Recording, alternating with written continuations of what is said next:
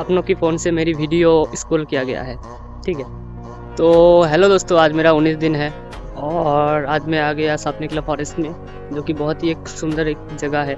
तो आज मैंने देखा कि मेरे अपनों की फ़ोन से मेरी वीडियो स्क्रॉल किया गया है। ठीक है, तो फिर उन लोगों से मुझे बस यही बोलना था कि अगर सब ठीक ठाक रहा तो अगले 2 महीने में आप लोगों को मैं सब जवाब दे दूंगी। और दोस्तों, आप लोग अगर बोलोगे कि 19 दिन में तू ये क्या किया है, ठीक है, तो ये देखो अभी रोड पे कितने लोग जा रही है, जो कि उसमें मैं वीडियो कर रही हूँ, जो कि मुझे कुछ भी फर्क नहीं पड़ रहा है। लोग जा रहे आ रहे हैं, मुझे कुछ भी फर्क नहीं पड़ रहा है। वही यही हुई बात, अगर सब कुछ ठीक रहा, आप लोगों की अगर सपोर्ट रहा, तो आने वाले 2 महीना में मैं सबको जवाब दे दूंगी। तो दोस्तों, मिलते हैं कल, अब के लिए बस इतना ही।